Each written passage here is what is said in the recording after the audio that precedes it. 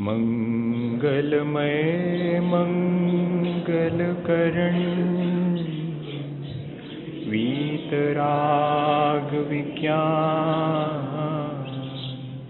नमो ताहि जाते भजे अरहंतादिमः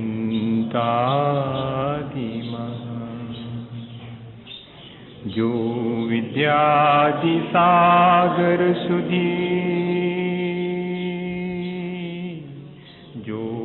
आदि सागर सुधी गुरु हैं हितैषी शुद्धात्म में निरत नित्य हितोपदेशी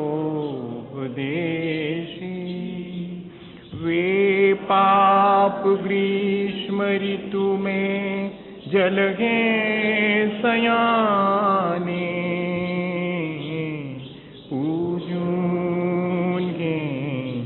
सतत केवल ज्ञान पाने पूजून के सतत केवल ज्ञान पाने। बोले भगवान महावीर स्वामी की, आचार्य कुंद कुंद स्वामी की, आचार्य गुरुवर विद्यासागर मुनि महाराज।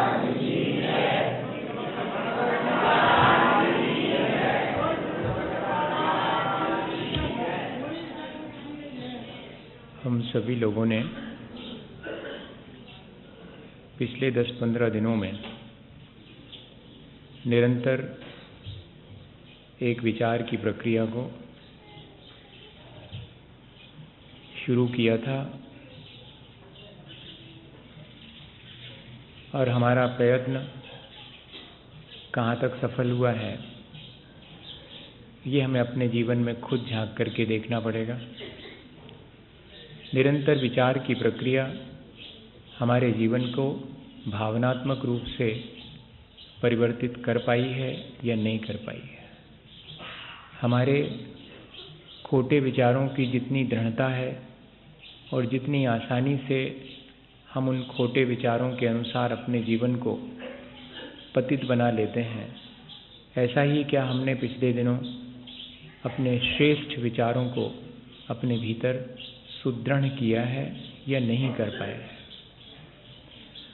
भावनात्मक विकास या भावनात्मक परिवर्तन और श्रेष्ठ विचारों में दृढ़ता लाना, ये हमारा प्रयत्न इस प्रक्रिया के दौरान रहा। और दूसरी चीज़, हमारे मन वचन काया की जो व्यग्रता है, जो आज वर्तमान में हमारे भीतर लैक ऑफ कॉन्फिडेंस है, या कि हमारे भीतर जो एक तनाव की स्थिति है, वो भी यदि हम इस प्रक्रिया के द्वारा चाहते तो कम कर सकते थे। अभी भी वक्त है, हम चाहें तो विचारों की या मन वचन काया की व्यग्रता को कम करके, उसकी चंचलता को कम करके हम स्थिरता भी पा सकते हैं, जिससे हमारा आत्मविश्वास भी बढ़ता है और जो तनाव हमारे मन में है, स्ट्रेस या स्ट्रेन, वो भी कम होता है। ये अनुप्रेक्षा या कि बार बार चिंतन की प्रक्रिया इतना ही नहीं, हमारे बहुत सारे भ्रम को भी तोड़ती है और हमें वास्तविकता से परिचय कराती है। भ्रम टूटने पर राग द्वेष घटता है, हमारा मोह भी कम होता है, हमारे भीतर जो ज्ञान और वैराग्य की शक्ति है वो धीरे धीरे बढ़ने लगती है। ये इतनी बातें हमने पिछले दिनों इस प्रक्रिया के दौरान सीखने और समझने की कोशिश की है। जीवन में जो कुछ भी दिखाई देता है वो सब क्षणभंगुर है, जो दिखाई नहीं देता है वो शाश्वत है, जो दिखाई नहीं देता वो मेरा अपना आत्म तत्व है, और जो कुछ भी यहाँ इन आँखों से दिखाई देता है वो सब क्षणभंगुर है। मेरा अपना शरीर भी नाशवान है। और इतना ही नहीं, मैं जिन जिन चीज़ों का आलंबन लेता हूँ वे चीज़ें हमें वास्तव में सहारा नहीं दे पाती। ऐसी स्थिति में हमें धर्म और पंच परमेष्ठी का सहारा लेना चाहिए। संसार में हम जितना सुख खोजने की कोशिश करते हैं उतना ही हमें दुख मिलता है। हमें एक ऐसे सुख की खोज करना चाहिए जिसके पीछे दुख नहीं है। यहाँ हम सोचते हैं कि कोई और हमें सुखी और दुखी बनाता है, लेकिन हमने पिछले दिनों इस विचार प्रक्रिया से ये बात अपने भीतर बहुत दृढ़ता से तय कर ली है कि नहीं, सुखी दुखी कोई मुझे नहीं बनाता। मैं स्वयं अपना मित्र हूँ, मैं ही स्वयं अपना शत्रु हूँ। मैं यदि अपने जीवन को पतित बनाता हूँ तो मैं ही अपना शत्रु हूँ, मैं अपने जीवन को श्रेष्ठ बनाता हूँ तो मैं ही अपना मित्र हूँ। और सुख और दुख मैं अपने उत्थान और पतन के जो परिणाम हैं उनके द्वारा ही पाता हूँ। यहाँ जो शरीर मेरे साथ इतना एकमेक हो गया है वो भी मेरे से पृथक है, तब और जो चीज़ें हैं वो तो पृथक हैं ही। इतना ही नहीं, ये शरीर जिसे मैं रोज नहलाता धुलाता हूँ, साफ सुथरा बनाने के अनेकों प्रयत्न करता हूँ, इसके बावजूद भी मुझे मालूम पड़ गया है कि इसका स्वभाव निर्मलता नहीं है। आत्मा का स्वभाव अवश्य निर्मलता है, शरीर तो मलिन है और मलिन ही रहेगा। इसलिए मुझे इसकी मलिनता दूर करने का प्रयत्न नहीं करना है, बल्कि इसके माध्यम से चेतना की मलिनता दूर करके अपनी उस निर्मल स्वाभाविक स्थिति को प्राप्त करना है। मैं निरंतर जो भी मन वचन काय से कार्य करता हूँ, जो मेरे मन वचन काय की व्यग्रता है वो मेरे संसार को निरंतर बढ़ाती है। मैं चाहूँ तो अपने मन वचन काय को एकाग्र करके इस संसार के बढ़ाने वाले कर्मों को आने से रोक सकता हूँ। और इतना ही नहीं, मैं अपने मन वचन काय को स्थिर करके अपने परिणामों को भला बना करके, अपने परिणामों को अच्छा बना करके जो अज्ञानतावश मैंने खोटे कर्म अपने साथ संचित कर लिए हैं उनको भी हटा सकता हूँ। इस पूरे लोक में मैं सबका कर्ता बनने की कोशिश करता हूँ, जैसे कि मैं ही अपने परिवार, समाज, देश, यहाँ तक कि पूरे विश्व को मैं ही चलाता हूँ। ऐसा ये मेरा मिथ्या भ्रम, ये अहम बुद्धि, संसार से सुख की आकांक्षा और इतना ही नहीं, सुख नहीं मिलने पर दूसरों से शिकायत, ये सारी चीज़ें मुझे छोड़ देनी चाहिए, क्योंकि इस संसार या इस लोक में कोई इसको न बनाने वाला है, न इसे कोई नष्ट करता है, न कोई इसे धारण करता है। और आगे बढ़कर के हमने समझा, विचार किया कि ये मनुष्य जीवन सुनते तो हैं कि बहुत दुर्लभ है, लेकिन human without humanity is not rare, human with humanity is very rare. मनुष्यता के बिना यदि मैं मनुष्य जीवन प्राप्त भी कर लूँ तो कोई बहुत बड़ा अचीवमेंट नहीं है। ये मनुष्य पर्याय इसलिए दुर्लभ है जबकि मैं उस दुर्लभता को सार्थक करूं, बोधि की प्राप्ति करूं, तब वो मनुष्य पर्याय दुर्लभ है। जिस मनुष्य के जीवन में बोधि की प्राप्ति हो गई उसने अपने जीवन की दुर्लभता को वास्तव में सार्थक बना दिया। उसने अपने मनुष्य जीवन को प्राप्त करके उसे सार्थक बना दिया। हम सब अपने किसी पूर्व पुण्य के संचय से इस मनुष्य भाव को तो प्राप्त कर लेते हैं जो कि दुर्लभ है, लेकिन इस मनुष्य भाव में जो वास्तव में दुर्लभ है वो बोधि है, वो रत्नत्रय है। बोधि के मायने सम्यक दर्शन, ज्ञान और चारित्र, यही बोधि है, और जिससे हमें केवल ज्ञान की प्राप्ति होती है। ऐसी ये बोधि दुर्लभ है। ऐसा वो मनुष्य भाव भी दुर्लभ है जिसमें बोधि की प्राप्ति हो जाए। ऐसा वो मनुष्य होना दुर्लभ है जिसमें केवल ज्ञान की प्राप्ति हो जाए। आज हम मनुष्य अवश्य हैं, लेकिन हमें रत्नत्रय की प्राप्ति तो हो सकती, पर रत्नत्रय के फलस्वरूप जो केवल ज्ञान है उसकी प्राप्ति आज हमें यहाँ से नहीं हो सकती। पर फिर भी हमने अगर मनुष्य पर्याय पाई है तो उसकी सार्थकता इसमें है कि कम से कम हम रत्नत्रय की सम्यक दर्शन ज्ञान चारित्र को पाने की भावना तो पाएं। और इतनी बात समझने के बाद आज आखिरी बात है 12 अनुप्रेक्षाएं या 12 प्रकार से अपने स्वभाव को प्राप्त करने का चिंतन हमने किया, अपने मोह को कम करने का चिंतन किया, अपने वे ऑफ लिविंग को ठीक ठीक ढंग से जीने की प्रक्रिया को हमने सीखा। आज आखिरी में हम देखते हैं कि वो जो बोधि दुर्लभ है उसकी महिमा क्या है और उसकी प्राप्ति का उपाय क्या है। धर्म भावना और बोधि दुर्लभ भावना, इन दोनों में जरा सा अंतर है, ज्यादा नहीं है। जो बोधि है, जो रत्नत्रय है, वही धर्म है, लेकिन हमने वहां पर बोधि की दुर्लभता बता करके उस बोधि को प्राप्त करने का उत्साह जागृत किया था। आचार्य भगवंतों ने हम पर कृपा करके पहले बोधि की दुर्लभता, और वो बोधि मनुष्य भाव में प्राप्त होती है, इसलिए उस मनुष्य भाव की दुर्लभता, इसका हमें एहसास कराया। और जैसे ही हमें बोधि की दुर्लभता का और अपने मनुष्य जीवन की दुर्लभता का एहसास हुआ, तब फिर हम क्या करें, उस बोधि की प्राप्ति या उस धर्म की प्राप्ति के लिए क्या उपाय है और उस धर्म की महिमा क्या है। ये दोनों बातें हमें आज विचार करने की हैं। बत्थु स्वभावो धम्मो खमादि भावो यदश विहो धम्मो रैनत्ययम च धम्मो जीवाणम रखणो धम्मो।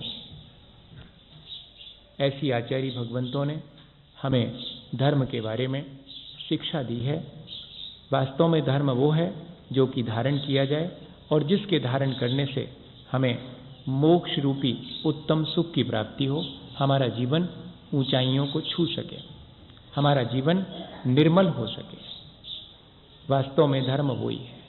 अगर सरल शब्दों में हम समझना चाहें तो जो जितना हमारे जीवन को निर्मल करता जाए वही धर्म है, और जितना जितना हमारे भीतर वो निराकुलता देता जाए वही धर्म है। आचार्य भगवंत की यही 2 लाइनें मेरे जीवन में जब तक गूंजती हैं। जब मैं आचार्य महाराज के पहली बार प्रवचन सुनने गया था, तब उनकी प्रवचन सभा में चतुर्दशी के दिन, वो याद है मुझे 14 का दिन था, तब आचार्य श्री ने प्रवचन के दौरान कहा था कि जितनी जितनी निराकुलता जीवन में आज है, उतना उतना मोक्ष आज भी संभव है। कौन कहता है कि वर्तमान में मोक्ष नहीं है? ठीक है, पूर्णतः मोक्ष नहीं है, लेकिन जितनी जितनी निराकुलता का उपाय हम करते जाएंगे, उतने उतने मुक्ति की तरफ आज भी हम बढ़ सकते हैं। ये बात हमें आज बहुत गौर से अपने भीतर विचार करने की है।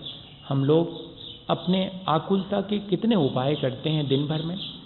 कितना हमारे जीवन का अनुभव है कि हमने जितनी भी बार संसार की चीज़ों से राग द्वेष किया है, उतनी हमारी आकुलता और व्यग्रता बढ़ी है। हम सब समझते हैं कि इस आकुलता और व्यग्रता से बचने का उपाय क्या है, लेकिन हम इससे बचने का उपाय कम करते हैं, बल्कि इसी आकुलता और विकलता के उपाय हम अपने चारों तरफ निरंतर इजाद करते चले जाते हैं। नए नए तरीके से कहते ज़रूर हैं कि हम शांति चाहते हैं, लेकिन हम उपाय दिन भर में अशांति के ही करते हैं। किसी भी तरह से देख लें, शांति का नाम धर्म कह लें, निर्मलता का नाम धर्म कह लें, निराकुलता का नाम धर्म कह लें, बात एक ही है। चाहे हम ये कहें कि हम शांति पाना चाहते हैं, कौन नहीं चाहता?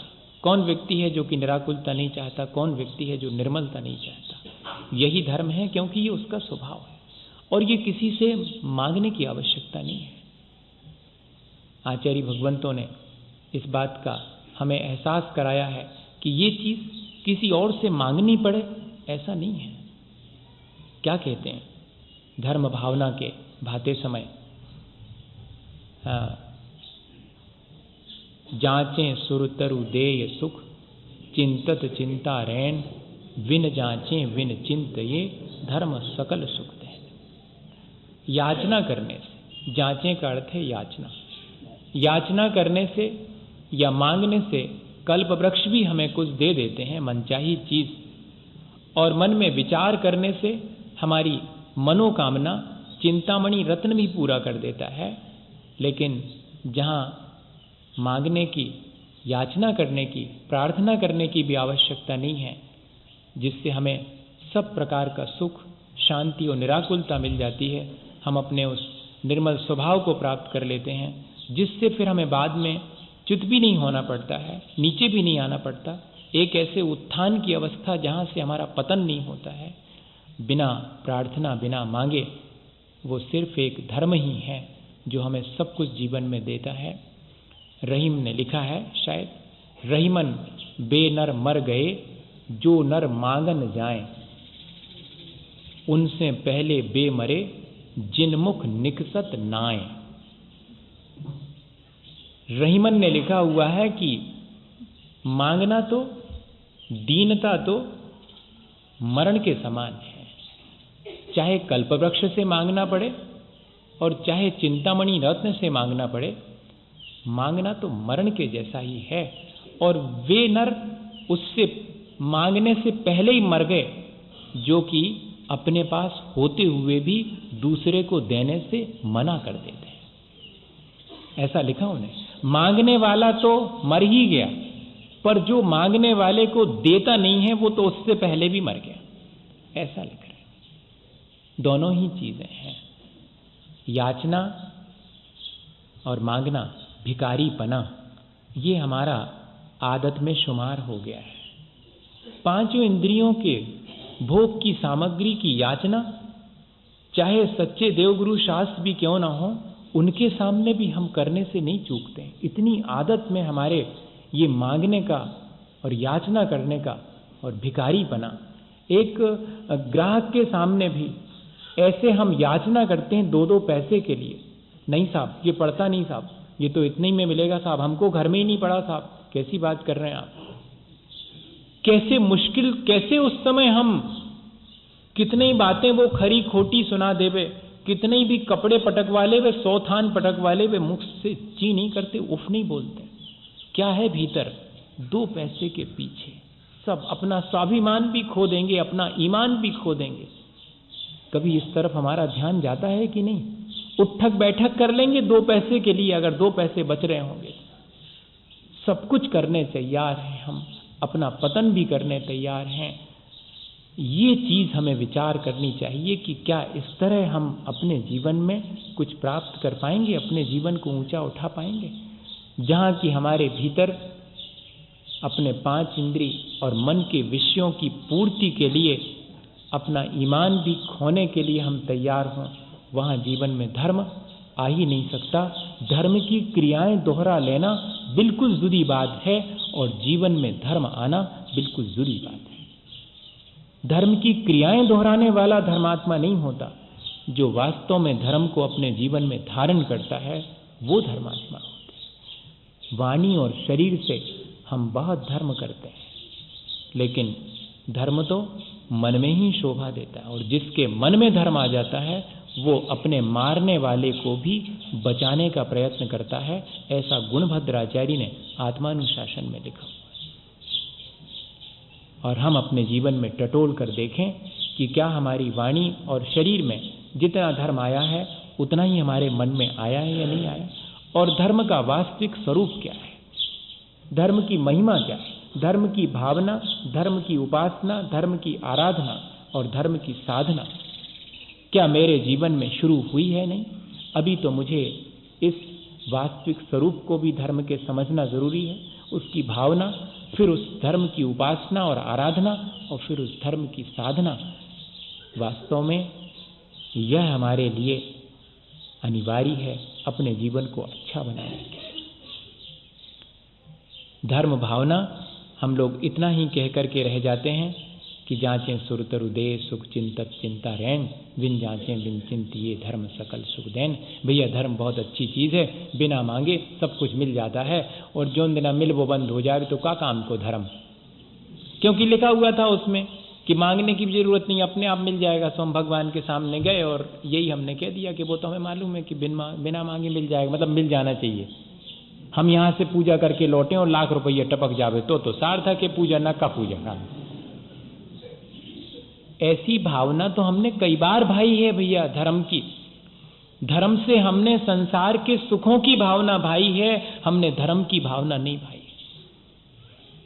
अगर धर्म की भावना भाई होती तो चित्त में निर्मलता आए बिना नहीं रहती, चित्त में निराकुलता आए बिना नहीं रहती।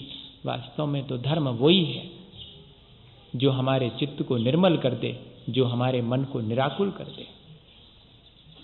आचार्य भगवंतों ने जो 4 बातें धर्म के बारे में लिखी, जो उसका वास्तविक स्वरूप लिखा, उसे हम पहले समझें, फिर धर्म की भावना कैसे भानी चाहिए, और फिर धर्म की आराधना, धर्म की उपासना, और अंत में धर्म की साधना कैसे करनी चाहिए।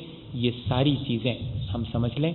धर्म शब्द अपने आप में बहुत अधिक कहना चाहिए, कहना अपना अर्थ खो चुका है। धर्म कहने मात्र से अब हमें ये लगता है कि 16 का भोजन कर लिया, शुद्ध भोजन कर लिया, थोड़े मंदिर में जाके पूजा कर ली, अभिषेक कर लिया और हो गया धर्म। अब धर्म के मायने सिर्फ इतने ही हैं कि मंदिर, और मंदिर में सारा कुछ दोहराया और बाहर निकले फिर ज्यों का त्यों। अगर किसी से कहो कि भैया बहुत धर्मात्मा हो गए हैं, किसी से कहो तो वो समझ जाता है कि धर्मात्मा हो गए मतलब अब घर गृहस्थी में माने रुचि नहीं रह गई, खूब कर लो, सैचुरेशन हो गया, अब थोड़ा फुर्सत है तो मंदिर में जाने लगे होंगे, महाराज के पास वचन का सुनने लगे होंगे। बाकी हैं ज्यों के त्यों। पहले जैसे गाली देते थे आज भी वैसे ही देते हैं, पहले जितना गुस्सा करते थे आज भी उतना ही करते हैं, जितनी पहले मान सम्मान की भूख भीतर थी आज भी ज्यों की त्यों। कोई परिवर्तन नहीं आया।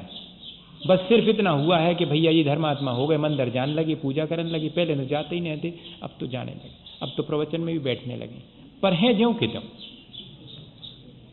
ये जो है हमने इस तरह से धर्म का अर्थ समझ लिया है। हमें धर्म का वास्तविक स्वरूप समझना आवश्यक। धर्म की क्रियाएं दोहराने का नाम धर्म नहीं है।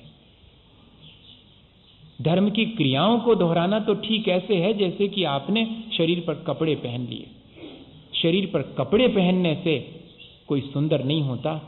जिसका हृदय निर्मल है वो सुंदर है, वही धर्म से युक्त है।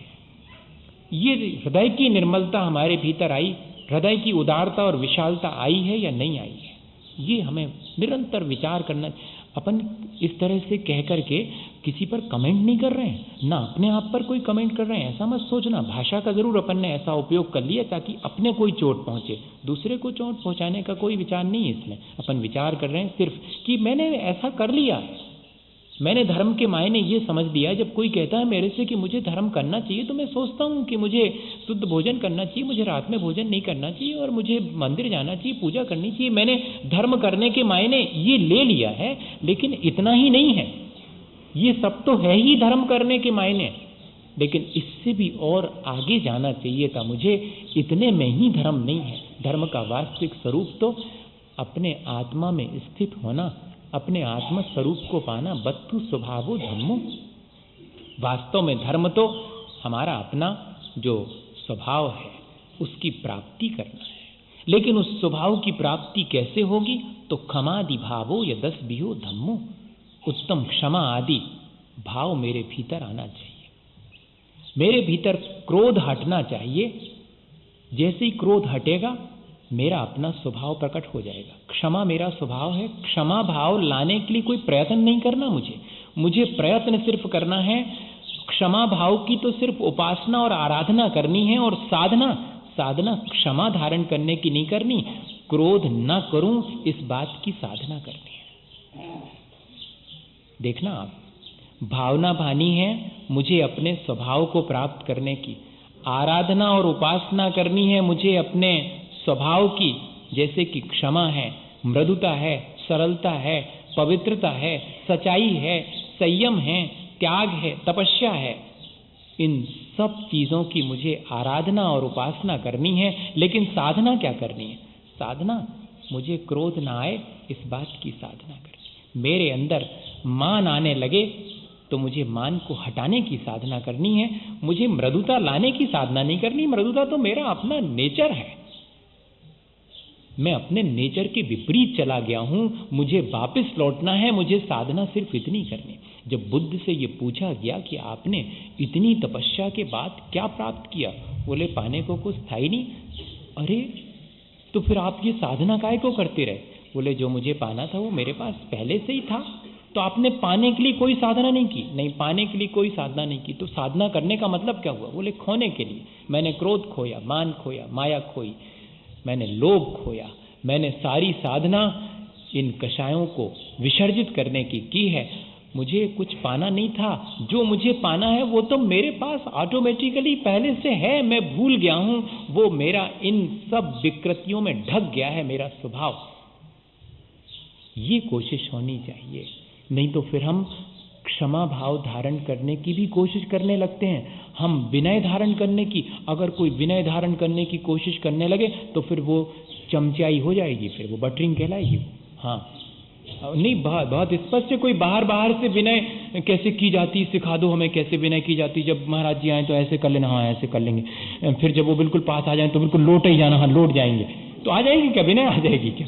ऐसे आती होती तो बहुत आसान था। फिर तो हम एक तो वर्कशॉप डेवलप कर लेते और उसमें सिखाते कि अब जैसे ही कोई भगवान दिखे तो फौरन ऐसे कर लेना, आ गई विनय। ऐसे नहीं आती। मेरे भीतर का अहंकार जितना जितना हटेगा उतनी उतनी मेरे भीतर है वो पहले से। सबके भीतर सोता है एक झरना, इस इंतजार में कि कोई आए और ऊपर की परतें हटाए और एक धार नई बहाए। सबके भीतर सोता है एक झरना शीतल जल का।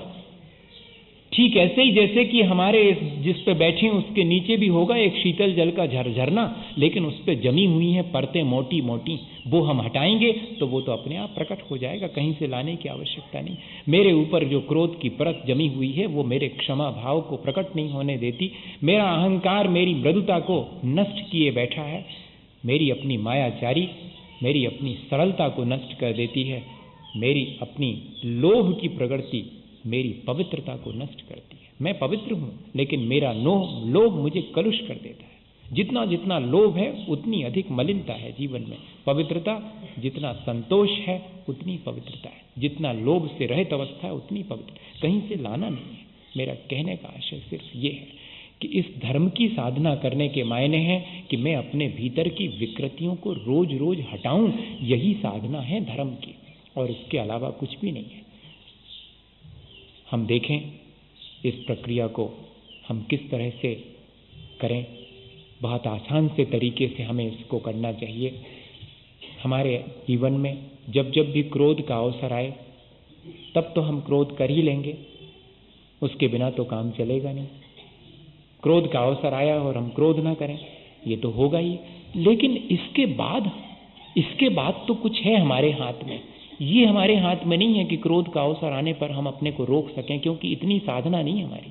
तो हम क्या करें, उस क्रोध का ड्यूरेशन कम कर दें, बच्चों जैसा गुस्सा कर लें।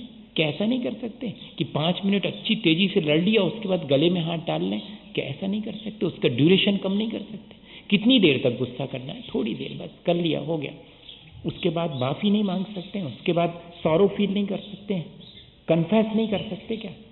क्या हम उसको ज्यादा प्रोलॉन्ग करें, ज्यादा देर तक बढ़ाएं, कल तक बैर के रूप में बांध लेवें?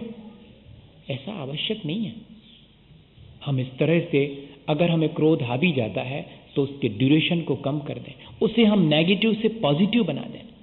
क्रोध में किसी का अहित नहीं करूंगा, क्रोध आने पर मेरे से किसी का अहित ना हो।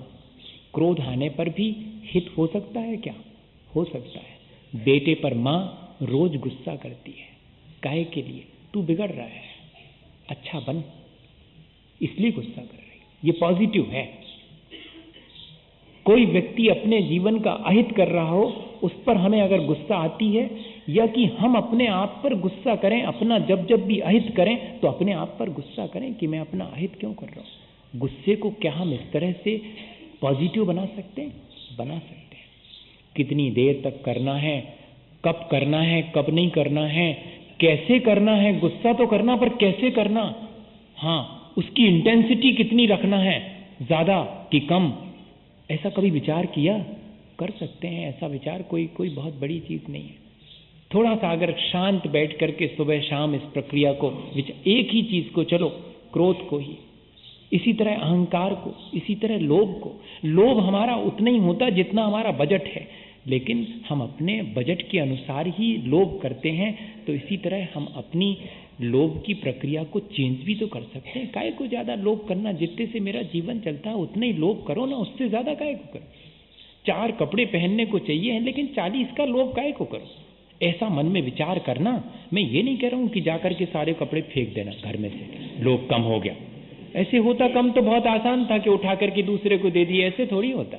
लेकिन ये विचार मन में आना चाहिए। जब विनोबा 13 महीने जेल में रह करके लौटे, तो मैंने उदाहरण नहीं सुनाया था। 13 महीने के बाद जब जेल से वापस लौटे, तो जेल में जितनी चीजें रखी थी वही उनने अपने कमरे में रख रखी। लोगों ने कहा कि क्या कर रहे हैं आप, अब तो जेल से लौट आए हैं, अब तो सारी चीजें बहुत सारी हैं उपयोग की। बोले अब मुझे तो जीवन जीने का ढंग आ गया। जब मेरा काम उतनी कम चीजों में चल सकता था, तो यहाँ आने के बाद भी उतने में चल सकता, अब तो जीवन भर इतना ही रखूंगा। क्या ऐसा विचार हमारे भीतर निर्लोभ का नहीं जागृत हो सकता?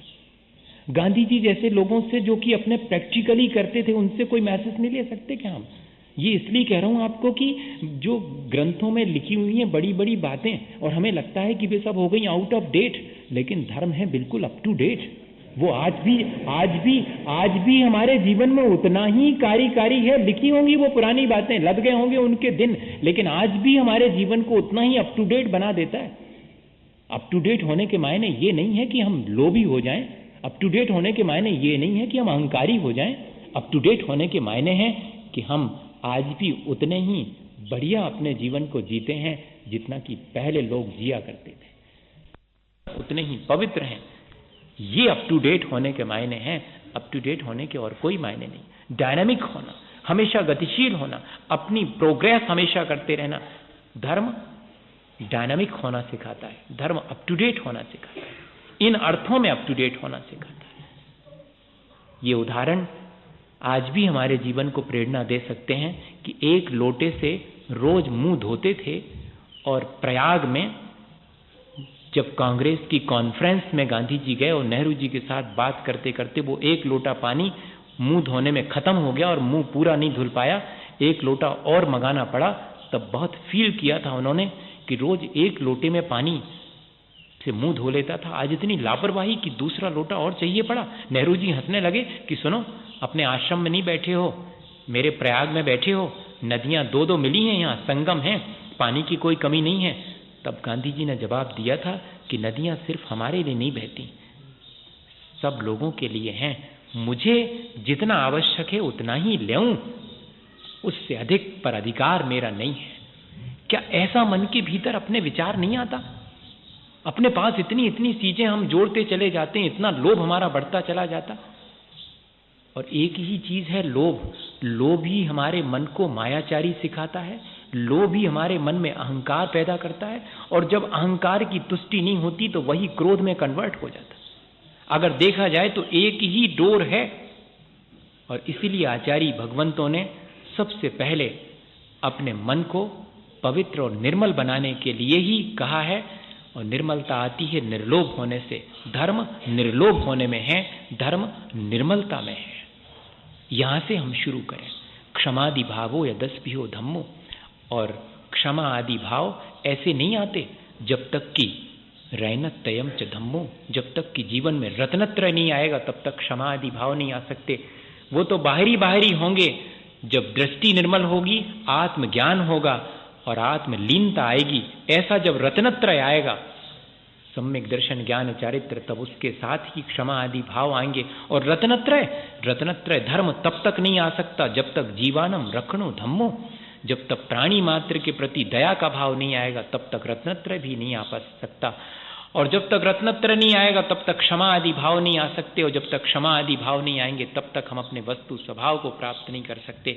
आचार्य भगवंतों ने कितनी बढ़िया ढंग से और हमें अपने जीवन में उस धर्म को पाने का उपाय बता दिया, हमें साधना का जरिया बता दिया है कि पहले अपने जीवन में दया लाओ, अपनी दृष्टि निर्मल करो, अपना ज्ञान बढ़ाओ, अपने आचरण को निर्मल करो, क्षमा आदि भावों को धीरे धीरे अपने भीतर प्रकट करो।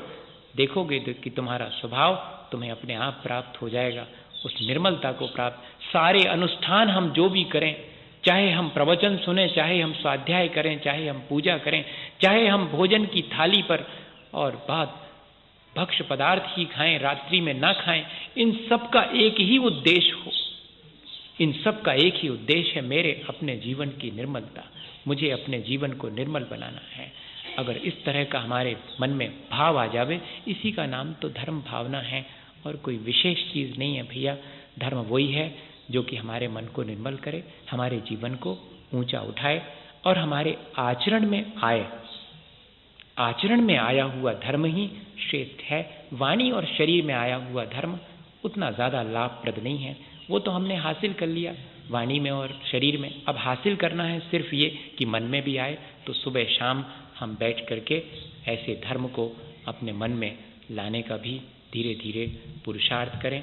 जब जब भी क्रोध आने लगे तब तब हम अपने भीतर झांकें कि मुझे अपने स्वभाव से विचलित नहीं होना है, अपने आचरण को निर्मल। जब भी मलिनताएं मुझे घेरें, मैं अपनी निर्मलता को ना भूलूं।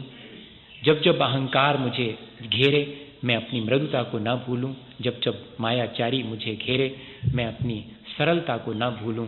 जब तक लोभ मुझे घेरे, मैं अपनी पवित्रता को ना भूलूं। ये चीज़ मेरे ध्यान में बनी रहे, क्योंकि अवसर इन सब के आएंगे, लेकिन उसके बीच में मुझे कैसे अपने जीवन को और आगे बढ़ाना है, ऊंचा उठाना है, ये बना रहे भाव। मैंने वो उदाहरण सुना तो दिया है, मुझे याद है कि मैंने सुनाया है, पर एक बार फिर से रिवाइज कर लेते हैं। कैसा है वो उदाहरण? सिपाही बीमार रास्ते में पड़ा है, एक साधु बाबा जी वहाँ से गुजरते हैं, वो उनको आवाज़ देता है, बाबा जी पहुँच जाते हैं। उसे दुखी देखकर सोचते हैं कि इसे 2 बातें धर्म की सुनाऊं, शायद इसको शांति मिलेगी धर्म की बातें सुनने से। पूछते हैं उससे कि भाई तू बहुत दुखी है, कष्ट में है, तुझे क्या कोई धर्म की बात सुनाऊं जिससे तेरा कष्ट कम हो? वो कहता मुझे नहीं सुननी धर्म की बातें, मुझे तो प्यास लगी है, पानी पिला सकते हो? उसी से मुझे शांति मिलेगी। बात तो ठीक है, पहले मुझे पानी पिलाओ। और बाबा जी ने जो भी उपाय हो सकता था पानी उनको पिलाने का वो किया, पानी पिला दिया। और पानी पीने के बाद कहा कि और कुछ, मेरे से करवट नहीं ली जाती, बहुत कष्ट है, मुझे करवट दिला दो। बाबा जी ने मदद करके करवट दिला दी। करवट दिलाने के बाद बाबा जी एक कंबल ओढ़े थे, वैसे वाले बाबा जी थे, कंबल ओढ़े थे वो। तो हमारे जैसे बाबा जी कोई काम के नहीं, कुछ नहीं दे सकते, क्या काम के कंबल कुछ भी नहीं है, क्या देंगे? 2 शब्द दे सकते हैं और क्या देंगे? भावनाएं उत्पन्न करवा सकते हैं। वो वाले बाबा जी के पास कंबल था। तो उन बाबा जी ने कहा कि और क्या कहूँ, और क्या करूँ तुम्हारे लिए? उसने कहा ठंड बहुत लगती बाबा जी, कोई इंतज़ाम कर दो। बाबा जी ने अपना कंबल उसके ऊपर ढांक दिया। जैसे ही कंबल ढांका, उस सिपाही की आंख में आंसू आ गए। बाबा जी आप मुझे धर्म की बातें ज़रूर सुनाओ। अभी थोड़ी देर पहले कहता था कि धर्म की बात सुन के करूँगा क्या, अब कहता है कि मुझे धर्म की बात ज़रूर सुनाओ। बाबा जी ने पूछ लिया कि पहले क्यों नहीं सुनना चाहते थे, अब क्यों सुनना चाहते हो? तो उसने एक ही बात कही कि जिसके जीवन में धर्म आ गया है उससे धर्म की बात सुनना चाहता हूँ। आपने मुझे पानी पिलाया, करवट दिलाई और यहाँ तक कि अपना कंबल भी दे दिया। मुझे मालूम पड़ गया कि अगर धर्म आपको ये करना सिखाता है तो धर्म अवश्य श्रेष्ठ है, आप मुझे धर्म जरूर सुनाओ। भैया धर्म की श्रेष्ठता अपने जीवन में उसको प्रकट करने पर ही होगी, तब मालूम पड़ेगा स्वयं को भी और दूसरे को भी। अकेले वाणी से धर्म सुनना सुनाना ही श्रेष्ठ नहीं है, बल्कि उसे अपने जीवन में, अपने जीवन को श्रेष्ठ बनाने के लिए उसका उपयोग करें तो दूसरे को भी और स्वयं को भी उस धर्म को धारण करने का मन बनेगा। हम लोग अपने जीवन में धर्म की भावना भाएं, उसकी उपासना और आराधना करें, और इतना ही नहीं अपने जीवन को धर्ममय बनाने के लिए थोड़ी थोड़ी साधना भी शुरू करें। आज इस तरह हमने इस प्रक्रिया को, जिसमें कि हम अपने जीवन को अच्छा बनाने की प्रक्रिया मान रहे थे, वो हमने पूरी की। अब देखते हैं आगे हम और कैसे अपने जीवन को किसी और उपाय से और अच्छा बनाने के लिए अपने जीवन को क्या उपाय करते हैं। हम और अपने जीवन को अच्छा बनाने का उपाय कर सकें। हमें